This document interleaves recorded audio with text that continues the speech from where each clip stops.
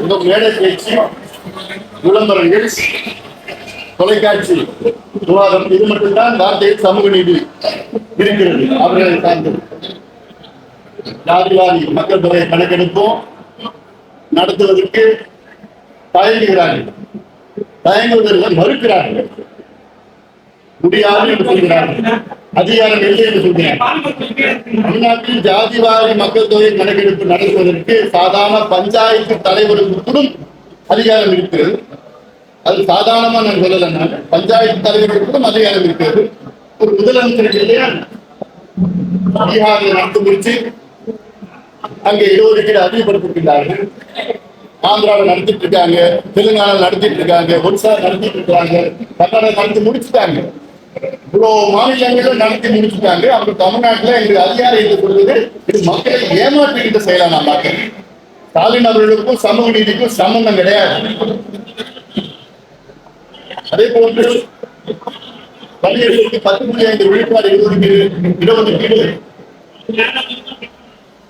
அந்த பிரச்சனை 2 ஆண்டுகளுக்கு முன்பு உச்சநீதிமன்ற தீர்ப்பின்படி தமிழ்நாட்டில் பள்ளிகளுக்கு இடஒதுக்கீடு உள்ஒதுக்கீடு கொடுக்க எந்த தடையும் கிடையாது. தரவுகளை சேகரித்து நீங்கள் கொடுக்கலாம் என்று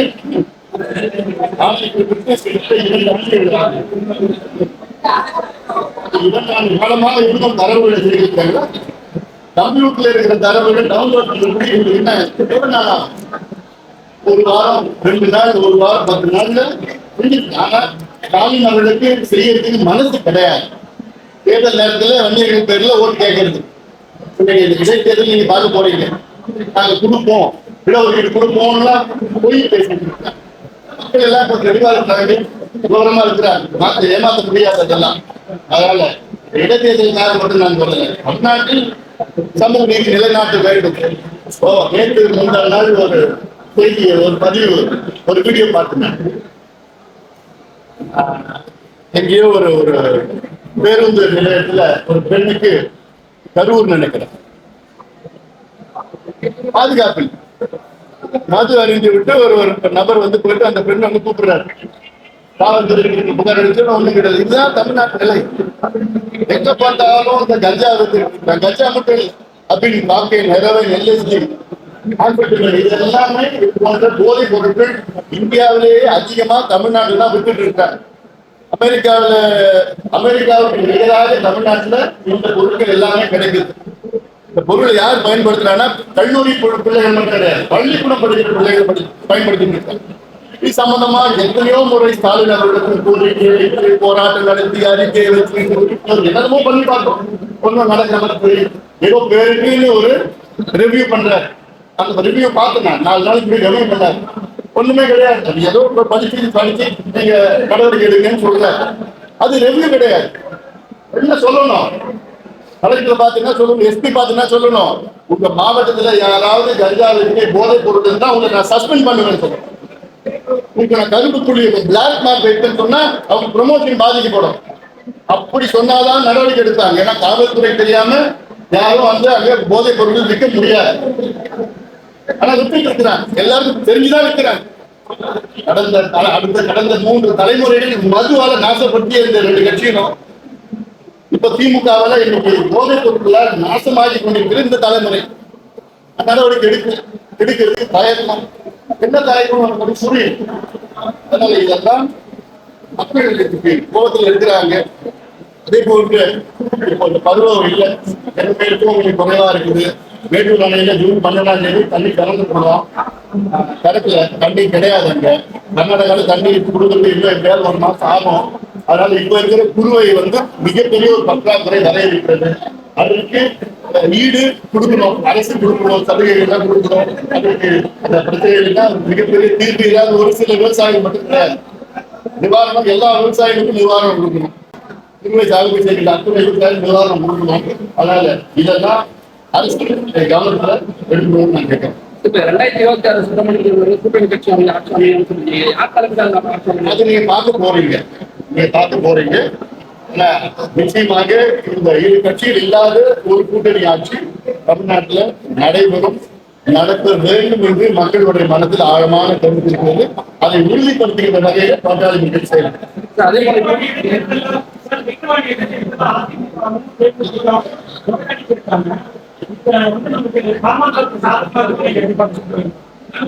அது இல்லைன்னா கூட பாமக சாதகமா இருக்கு. அப்புறம் வந்து பாத்தீங்கன்னா விமர்சனம் இருக்கு. இந்த விமர்சனம் பாமக நம்ம பார்க்கலாம். இன்னொரு 6 மாதம் இருக்கு. அதுக்கு நாங்கள் முடிவு பண்ணுறோம். தேர்தல் நெருக்கத்தை நாங்கள் முடிவு பண்ணுறோம். அதே போல பாத்தீங்கன்னா சமீபத்தில் நாடாளுமன்றத்தில் முடிவு எதிர்பார்க்கிறேன். ஏன்னா வந்து பாத்தீங்கன்னா அதிக அளவில் வெற்றி கருத்து எதிர்பார்க்கலாம். இந்த நிலையில வந்து நாடாளுமன்ற தேர்தல் வந்து பாத்தீங்கன்னா எங்களுக்கு ஒரு ஏமாற்றம் தான். மக்களுடைய தீர்ப்பை நாங்கள் எடுத்துக்கொள்கிறோம். திமுக பணபலத்தை வைத்து அதிகாரத்தை வைத்து வெற்றி பெற்றிருக்கிறது. பொய் பிரச்சாரங்களை சொல்லி வெற்றி பெற்றிருக்கிறது. மக்களவை தேர்தல். ஆனால் சட்டமன்ற தேர்தல் வேறு. அதனால் நிச்சயமாக வருகிற சட்டமன்ற தேர்தலில் திமுக அரசு மீது மக்கள் மிகுந்த கோபத்தில் இருக்கு.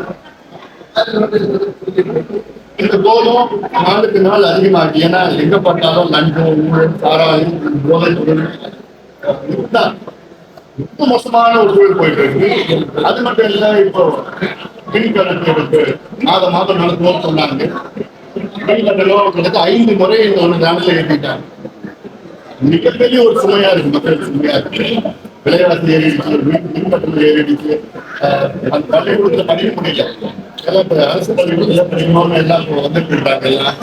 அதனால அவங்களுடைய நிதி சுமை, மக்களுடைய பொதுமக்களுடைய நிதி சுமை அதிகமா இருக்கிறது. இதெல்லாம் ஆனா நிர்வாகம்னு எதுவும் தமிழ்நாட்டில் நடக்குது. ஒரு சில பேர் வந்து கொள்ளடிச்சுக்கிட்டு காசு சம்பாதிச்சுட்டு அவ்வளவுதான் இருக்கிறாங்க. அதுக்கு பேர் வந்து எல்லாம் நீங்க பார்த்துட்டு இருக்கீங்க.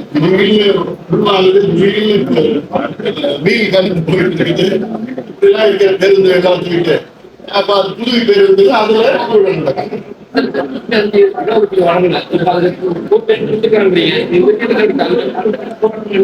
நாங்க சம்பந்தமா 2 ஆண்டு காலத்தில் மருத்துவர் ஐயா அப்படின்னு முதலமைச்சர் 3 முறை சந்தித்திருக்கிறேன். நானே முதலமைச்சரை 4 முறை இதுக்கு மட்டும் நான் சந்தித்திருக்கிறேன். ஜி.கே. மணி அவர்களும் பாலு உள்ளிட்ட குழுக்கள் முதலமைச்சரோ அமைச்சர்களோ அதிகாரிகளோ பேக்வர்ட் கிளாஸ் கமிஷனோ 50 முறை சந்தித்திருக்கிறேன். வலியுறுத்தி ஒவ்வொரு முறை வலியுறுத்தி நாங்கள் செய்யறோம் 2 ஆண்டு காலமாக இருந்திருக்கிறாங்க. என்ன தரவுகள் டேட்டா இருக்கு, கம்ப்யூட்டர்ல இருக்கு. அது குடும்பங்களுக்கு என்ன பிரச்சனை? மனசு இல்லை. முதலமைச்சருக்கு மனசு கிடையாது. அப்படி முதலமைச்சருக்கு மனசு வந்தாலும் முதலமைச்சர் சுத்தி இருக்கிற 4-5 அமைச்சர்கள் இருக்காங்க. அவங்க என்ன அமைச்சர்களா நான் பார்க்கல, வியாபாரிகளாக நான் பார்க்கறேன். ஏன்னா அவங்க வணிகர்கள், வியாபாரிகள். அந்த பதவி பொறுப்பை வச்சுக்கிட்டு வியாபாரம் செஞ்சுக்கிட்டு பணத்தை கொள்ளடிச்சுட்டு இருக்கிறாங்க. அவ்வளவுதான். நிர்வாகம்னா அவங்களுக்கு எல்லாம் தெரியாது. எப்படி நிர்வாகம் அவங்களை பொறுத்த வரைக்கும் எவ்வளவு கொடுக்குறேன் அவ்வளவுதான். அந்த 3-4 பேர் வந்து முதலமைச்சரை தவறான வழி நடத்துகிறாங்க. இது கொடுத்துட்டா பிரச்சனை ஆகும், ஓட்டு போட மாட்டாங்க, அவங்க ஓட்டு போட மாட்டாங்க, ஓட்டு போட. இது அரசியல் பிரச்சனை கிடையாது, சமூக பிரச்சனை, சமூக நீதி பிரச்சனை. தொடர்ந்து நீங்க பார்த்துட்டு வரீங்க. இந்த சமீபத்துல இந்த 10வது 12வது தேர்வுல பாத்தீங்க. கடைசி 15 மாவட்டம் 12வது தேர்வுல வட மாவட்டம், 10வது தேர்வுல கடைசி 17 மாவட்டம் வட மாவட்டம், அதிகமா சாராயம் இருக்கிற மாவட்டம் வட மாவட்டம், தொழில் இல்லாத மாவட்டம் வட மாவட்டம், பர் கேபிட்டா இன்கம் மிக குறைவான மாவட்டங்கள் வட மாவட்டங்கள். இப்படி வட மாவட்டத்துல தொழில் இல்லை, கல்வி இல்லை, வேலை வாய்ப்பு இல்லை, குடிசைகள் அதிகமா இருக்கு. ஆனா இதுக்கு சிறப்பு கவனம் யாரும் செலுத்தல. இதுக்காக தான் இடஒதுக்கீடா கொடுத்தீங்கன்னா படிக்கிறது படிக்கலாம், முன்னுக்கு வரலாம். அதுவும் கொடுக்கறதுக்கு மனசு இல்லை. இந்த மாவட்டத்தை முன்னேற்றுவதற்கும் வழி இல்லை. இவங்க செய்யறதுக்கு அவங்க நோக்கம் கிடையாது. இது நிச்சயமாக மக்கள் பார்த்துக் கொள்ளுங்க. கடந்த விக்கிரவாண்டி இடைத்தேர்தலில் திமுக வெற்றி பெற்றால் உடனடியாக நாங்கள் வன்னியர்களுக்கு 15 விழுக்காடு இடஒதுக்கீடு உள்ஒதுக்கீடு நாங்கள் தருகின்றோம் என்று சொல்லி கிட்டத்தட்ட 4 ஆண்டுகளாக அவங்க ஆட்சிக்கு வந்து 3 ஆண்டுகள் ஆகுது. ஆனா இன்னும் கொடுக்கல. அதாவது தேர்தல் வந்ததுன்னா பொய் சொல்லுவாங்க. அது திமுகவுடைய டிஎன்ஏல இருக்கு.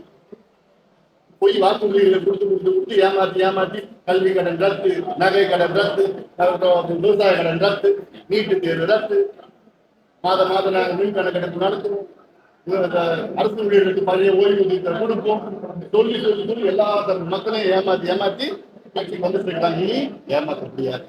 நீட்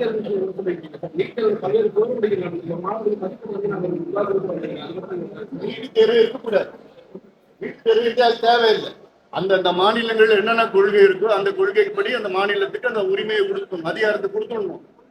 இதுதான் தொடர்ந்து நாங்க சொல்லிட்டு வரோம். நான் அமைச்சராக நேரத்தில இருந்து இந்த நீட்டு சம்பந்தமான அழுத்தங்கள் எனக்கு கொடுக்கப்பட்டது. நான் முடியவே முடியாது சொன்னேன்.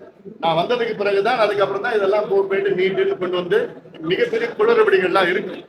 நீட்டு தேர்வுல வந்து நியாயம் கிடைக்காது, நீதி கிடைக்காது, சமூக நீதி கிடைக்காது. இதுல நிறைய குளறுபடிகள்லாம் இருக்கு. நீதிமன்றத்துக்கு போயிருக்கிறாங்க. நீதிமன்றம் என்ன தீர்ப்பு வழங்குதுன்னு பார்க்கலாம்.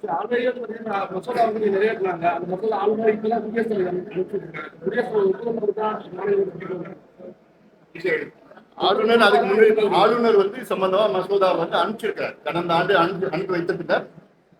தலைவரிடம் இருக்கு, வலியுறுத்தி பண்ணணும். ஆனா அது வந்து அதை மத்திய அரசாங்கம் அவங்களுக்கு ஒரு கொள்கை வச்சிருக்கிறாங்க, மாநில அரசு ஒரு கொள்கை வச்சிருக்கு. எங்க கட்சியினுடைய கொள்கை நீட்டு இருக்கு. அது சம்பந்தமா என்னென்ன அழுத்தங்கள் கொடுக்கணுமோ நாங்க நிச்சயமா நாங்க கொடுப்போம். ஏன்னா ஒரு மருத்துவரா, முன்னாள் சுகாதாரத்துறை அமைச்சரா நான் சொல்றேன், நீட்டு தேர்வு தமிழ்நாட்டுக்கு மட்டும் இல்லை, இந்தியாவுக்கு தேவை கிடையாது. ஏன்னா நீட்டு தேர்வு கொண்டு வந்ததுக்கு காரணம் தகுதியான மருத்துவர்கள் கொண்டு வரணும்னு ஒண்ணு, மருத்துவ கல்வியை வணிகமயமாக்க கூடாது என்று முக்கிய காரணங்களாக கொண்டு வந்தார். இன்னைக்கு மருத்துவ கல்வி வந்து இந்தியா முழுவதும் மிகப்பெரிய வணிகமாயிடுச்சு. மருத்துவ கல்லூரியில ஒரு 7 ஆண்டுகளுக்கு முன்பு கட்டணம் பார்த்தீங்கன்னா 3 லட்சம் 4 லட்சம் அவ்வளவுதான் அதிகமா இருந்தது. இன்னைக்கு 28 லட்சம் 30 லட்சம் எம்பிபிஎஸ் கட்டணம், பிஜி கட்டணம் 70 லட்சம் 80 லட்சம் ஒரு ஆண்டுக்கு.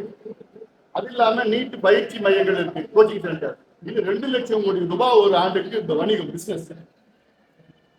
அப்போ பணம் வச்சிருக்கவங்க தான் அப்ப நீட் படிக்க முடியும், கிராமத்துல பிள்ளைங்க படிக்க முடியாது. அப்ப என்ன நியாயம் கிடைக்குது, என்ன நீதி கிடைக்குது? அது மட்டும் இல்ல, ஒரு பையன் 520 மதிப்பெண்கள், 720 520 மதிப்பெண்கள் பெற்ற பையன், அவங்க அப்பா சாதாரண ஏழை, அதாவது ஏழை விவசாயி, அவனால படிக்க முடியல அவனால. ஆனா 110 மதிப்பெண்கள் வாங்கின ஒரு கோடீஸ்வரம் பையன் எம்பிபிஎஸ் படிக்கிறான். ஏன்னா அவனால 28 லட்சம் கட்ட முடியும். அப்ப என்ன நியாயம்? பணம் வச்சிருந்தா அப்ப என்ன தகுதி இருக்கும்போது? கடந்த ஆண்டு வந்து பிஜியில நீட் பிஜியில பாத்தீங்கன்னா என்ன எழுதி தெரியுமா? தகுதி 0. அப்போ தரமான மருத்துவர்கள் வருவாங்களா? எப்படி வருவாங்க? யார் பணம் வச்சிருக்காங்க அவங்க தான் படிக்க முடியும். தகுதியான திறமையான கிராமப்புற மாணவர்கள், ஏழை மாணவர்களுக்கு வேலை இல்லை, கிடைக்காது. தேவையில்லை.